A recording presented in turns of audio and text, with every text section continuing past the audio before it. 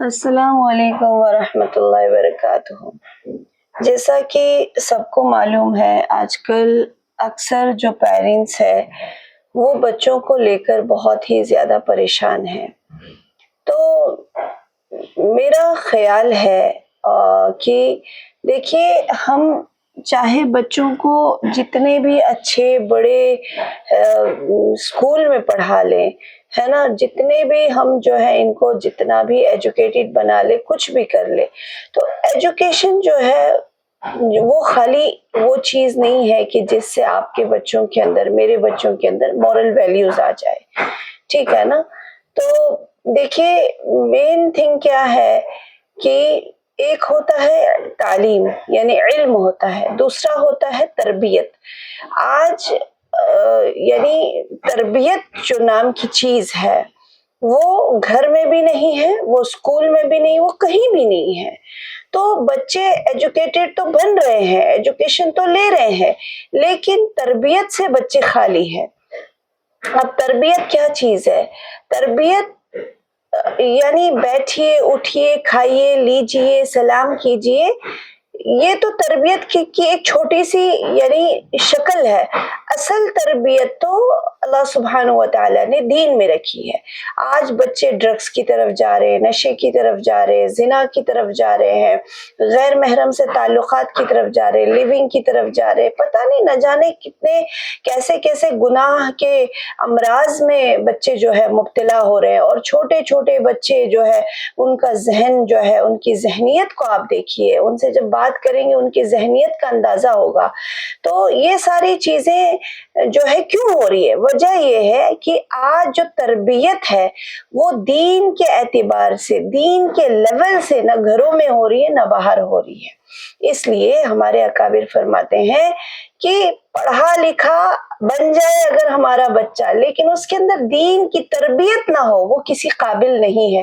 اس کے لیے اگر ہمارے گھروں کے اندر گنجائش ہو، گنجائش کیا بلکہ ہمیں ہونا چاہیے کہ ہمیں اپنے آپ کو پہلے دیندار بننا ہے، دین سے قریب ہونا ہے۔ اسلام کیا کہتا ہے؟ اسلام نے تو ہر وہ چیزیں سکھائی ہے، تربیت ہے نا، ہر وہ ویلیو سکھائی ہے، ہر چیزیں سکھائی ہے، یہاں تک کہ یعنی واش روم میں کیسے بیٹھنا ہے، استنجا کیسے کرنا ہے، یعنی اس حد تک کی چیز سے لے کر بڑی بڑی چیزوں تک ہمارے نبی پروفیٹ محمد صلی اللہ علیہ وسلم نے ہمیں سکھائی ہے، صحابہ کو سکھلایا، صحابہ سے تبع تابعین کے اندر وجود میں آیا، پھر ہم تک یہ بات پہنچی ہے۔ اللہ کے نبی صلی اللہ علیہ وسلم نے ایک ایک آداب کو سکھایا، کیسے چلنا ہے، کیسے اٹھنا ہے، مارکیٹ میں چلیں گے تو کنارے سے چلنا ہے، نگاہیں جھکا کر چلنا ہے نا۔ اگر عورتیں حجاب کرتی ہیں تو مردوں کو جو چاہیے کہ وہ اپنے نظروں کا حجاب کریں، پردہ کریں۔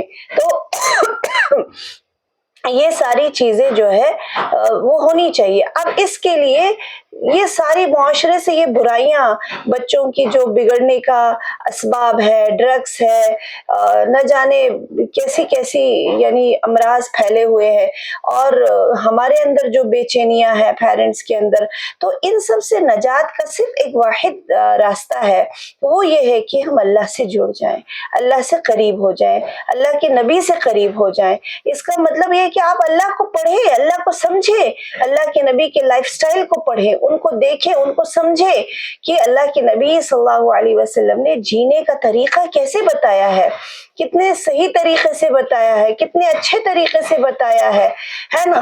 تو یہ ساری چیزیں، وجہ یہی ہے، یہ ان ساری بیماریوں کا، پھر سے کہہ رہی ہوں کہ ہم دین سے بے خبر ہو گئے۔ تو اس لیے پیرنٹس کو سب سے پہلے دیندار بننا بہت ضروری ہے، اس کے بعد گھر کے اندر دینی معاشرہ، اگر ہم بڑے دیندار بنیں گے، دینی معاشرہ قائم ہوگا، دینی انوائرمنٹ پیدا ہوگا، اور بچے جو ہے اس انوائرمنٹ میں بولنے کی ضرورت نہیں رہے گی، بچہ سیکھے گا۔ آپ نماز پڑھ رہے، بچہ آپ کو دیکھ کے پڑھے گا۔